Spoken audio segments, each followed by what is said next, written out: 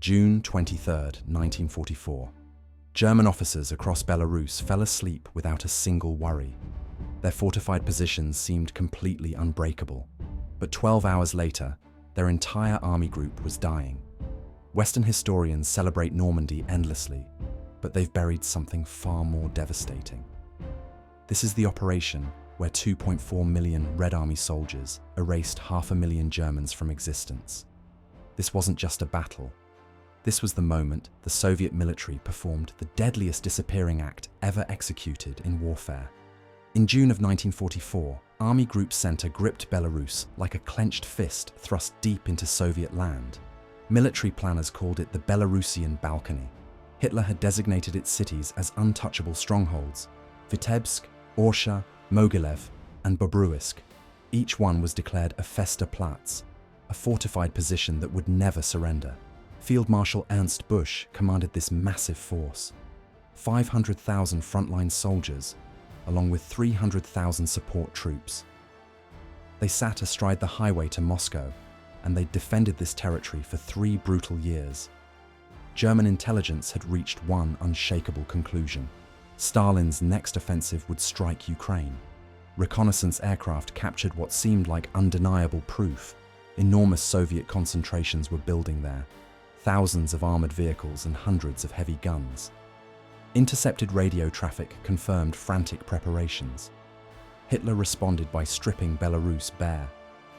Every available reserve division rushed south toward Ukraine. Meanwhile, in Minsk, German officers enjoyed evening performances at the opera house. They threw lavish dinner parties.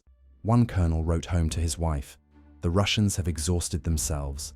Their forces gather in the south, but they lack the strength to threaten us here." But what German commanders never suspected was this: at that very moment, 1.7 million Soviet troops lay concealed in the Belarusian wilderness. Some positions sat barely 30 meters from German sentries. Marshal Konstantin Rokossovsky led the northern forces, while Marshal Georgy Zhukov orchestrated the entire campaign. For 3 months, this colossal army had gathered in secret. Germany's entire defensive strategy rested on false information that Moscow had carefully fed them. So how does an army conceal 2.4 million troops, 5,200 tanks, and 70,000 vehicles from enemy surveillance? The Soviets had refined the answer through 3 years of war. They called it Maskirovka, the science of military deception. Each night, Soviet armor crept forward to new positions. Before sunrise, soldiers erased every trace, using pine branches to sweep the ground clean. When German reconnaissance planes flew overhead at dawn, they photographed nothing but untouched snow. Colonel General Sergei Stemenko personally inspected these concealment efforts, because a single visible track could unravel everything. Across Ukraine, exactly where the Germans anticipated the assault, Soviet engineers constructed a phantom army. They fabricated 85,000 decoy vehicles, inflatable tanks that appeared authentic from 5,000 feet, wooden cannon replicas and counterfeit fuel depots built from painted drums. They established fictitious command posts. Radio operators broadcast false orders using codes they knew German cryptographers had already cracked. Rush additional ammunition to Sector 12. Tank Battalion 45 requires immediate fuel resupply. It was pure fabrication, and German intelligence dutifully recorded every single transmission. The actual Soviet strike force observed absolute radio blackout. 0 transmissions whatsoever. Behind German lines, partisan units like those led by Sidor Kovpak severed telephone cables. They fed precise German positions back to Moscow command. When the offensive came, German units would have no way to summon reinforcements. Soviet soldiers were forbidden from sending mail. Private Mikhail Frolov recalled years later, "For 2 months my mother believed I had been killed. We could send nothing. We simply waited among the trees, completely invisible." German reconnaissance aircraft captured thousands of photographs. Every image showed the same story: massive Soviet concentrations in Ukraine and vacant woodlands in Belarus. A German intelligence officer confessed after the war, "We photographed precisely what they intended us to find. We were blind, deaf, and utterly foolish. On June 22nd, 3 years to the day since Hitler launched his invasion of Russia, Soviet scouts tested German defenses. Just minor skirmishes, nothing significant. German officers dismissed it with amusement and labeled it symbolic harassment. They could not have been more wrong. Intensity high, June 23rd, 1944. 4 in the morning. The forests erupted in fire. 170 Soviet divisions struck simultaneously along a 450-mile front. Artillery bombardment reached such intensity that German soldiers just 20 meters from the trenches couldn't hear their own screams. Soviet armored columns bypassed German strongpoints entirely. They poured around defensive positions like floodwater around stones. Within hours, whole German divisions found themselves isolated, encircled, and doomed. Field Marshal Busch seized his telephone and rang Hitler's command bunker. "We must have authorization to withdraw immediately." Hitler gave a single-word response. "No. Mein Führer, we will lose the entire army group. Every fortress city will stand, not a single step backward." By midday, Soviet armor had driven 20 miles into German territory. By sunset, 35 miles. The German 3rd Panzer Army, elite armored formations, discovered themselves surrounded at Vitebsk. General Friedrich Gollwitzer led 35,000 soldiers there. 48 hours later, barely 8,000 still drew breath. The Luftwaffe launched desperate sorties, but Soviet aircraft dominated the airspace completely. 6,000 Soviet planes against just 40 operational German fighters. German ace Hans Rudel later wrote, "12 aircraft took off with us, only 3 returned." Marshal Rokossovsky's armored spearheads advanced at speeds the Germans thought were impossible. 50 miles in 72 hours, faster than Wehrmacht panzers had moved during their 1941 Blitzkrieg. One German officer transmitted in panic, "They're everywhere, behind our lines and alongside us. How did they move this quickly?" Private Wilhelm Hoffmann of the 267th Infantry Division maintained a diary. His entry for June 25th read, "Russians materialized out of nothing. Captain Müller put a bullet in his own head rather than be captured. We flee westward. Anyone who falls behind is abandoned." At Bobruisk, 70,000 German soldiers watched the noose tighten around them. General Jordan held command. He urgently requested authorization to break out before escape became impossible. But Hitler's answer came back the Alpay, saying, "Bobruisk is a fortress. Fortresses do not withdraw." Hitler studied his situation maps at his East Prussian headquarters. He imagined his fortress cities as unshakable anchors that would shatter the Soviet tide. He was catastrophically mistaken. They became mass graves. At Bobruisk, Soviet guns transformed the city into an inferno. One German soldier, Private Heinz K., scrawled his final letter. "The whole city is ablaze. Russian shells land every minute.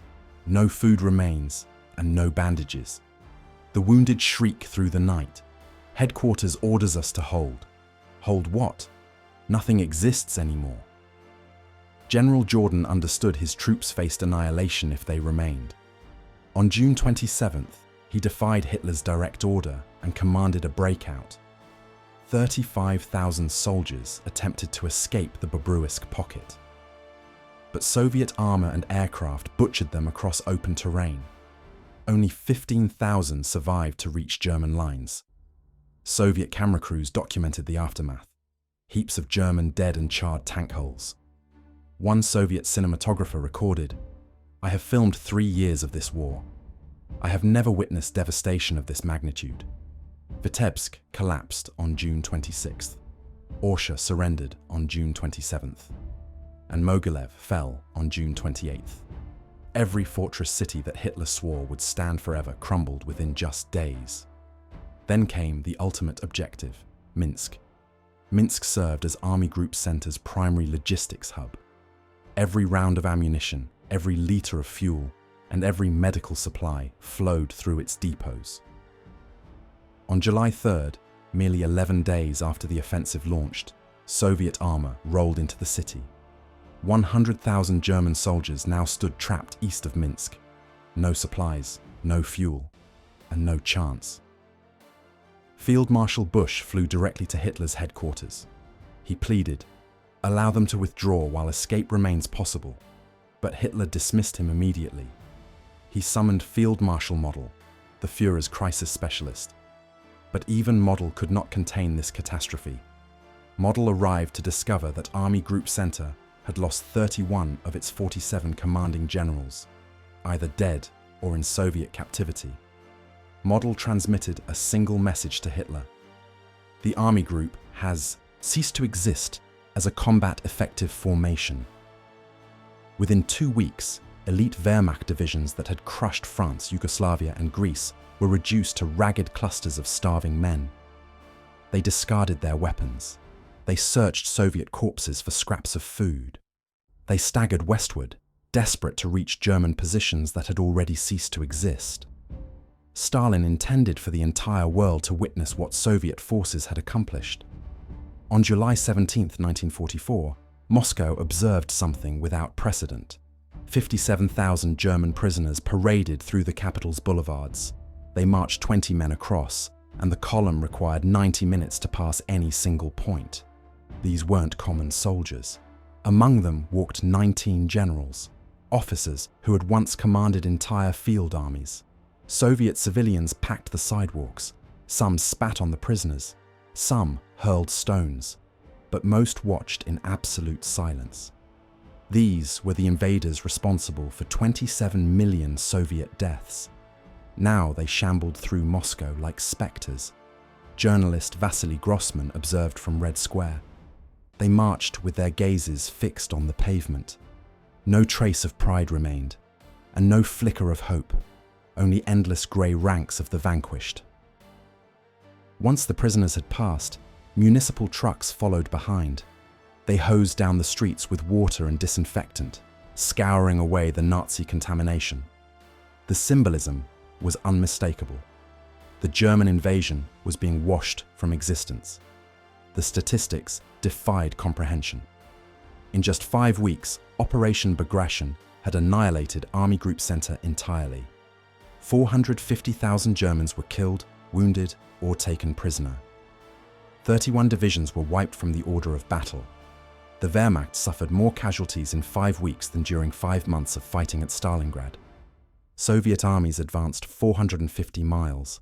They liberated every square mile of Belarus, and they pushed to the Polish frontier. For the first time since 1941, Red Army troops stood at the threshold of German-controlled Europe. Captured German General Friedrich Gollwitzer admitted during interrogation, "We never conceived that deception on this scale was achievable. You directed our attention precisely where you intended. By the time we recognized reality, our fate was sealed." The Red Army had undergone a complete transformation. The same force that nearly disintegrated in 1941 had become an unstoppable instrument of war. They'd weaponized German tactics against their creators. Blitzkrieg, encirclement, and deep armored penetration, all executed with Soviet enhancements. Deception at unprecedented scale, backed by crushing numerical superiority. Private Mikhail Frolov, who had concealed himself in the forest for months, at last wrote home to his mother, "We succeeded, Mama. We annihilated them completely. Berlin comes next." Operation Bagration completed what Stalingrad and Kursk had started. It shattered the Wehrmacht's backbone permanently, and it demonstrated beyond doubt that the Red Army had evolved into the most formidable military force on the planet. Yet today, every schoolchild learns about D-Day. The largest ground battle of the entire war remains virtually unknown in Western memory, perhaps because it forces acknowledgement of an uncomfortable reality. The war's conclusion wasn't determined on Normandy's shoreline.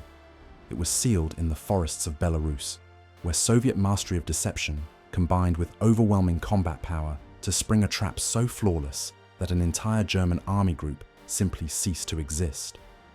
German commanders retired for the night without concern. They awoke to total destruction. In 23 days, 500,000 soldiers vanished from the earth, all because they watched precisely where Stalin intended them to watch. If this story captivated you, subscribe for more untold World War II history.